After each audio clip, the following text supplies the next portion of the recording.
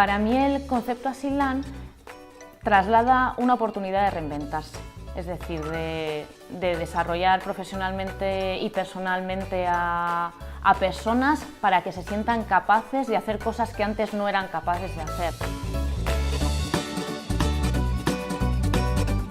Los métodos que utilizamos se basan, por un lado, en la gamificación, en que prácticamente la totalidad de las clases se realizan a través de dinámicas basadas en el juego, pintar, colorear, exponer, trabajamos mucho la oratoria. Y por otro lado, utilizamos mucho las tecnologías como base de lo que hacemos. No es una formación al uso, no es una charla, es experimentar, probar cosas nuevas y verte capaz de hacer muchísimas cosas.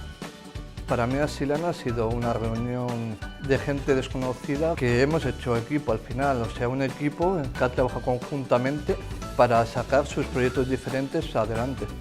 Luego le añadimos que está esa parte de prácticas, que te permite conocer a una empresa y que la empresa te conozca a ti. Yo se lo recomendaría a todo el mundo, cualquier persona que se encuentre en esa franja de edad y quiera buscar un trabajo de calidad. Ha llegado el último día que con pena me despido de mis compañeros y estoy así. Para mí Asilan se resume así.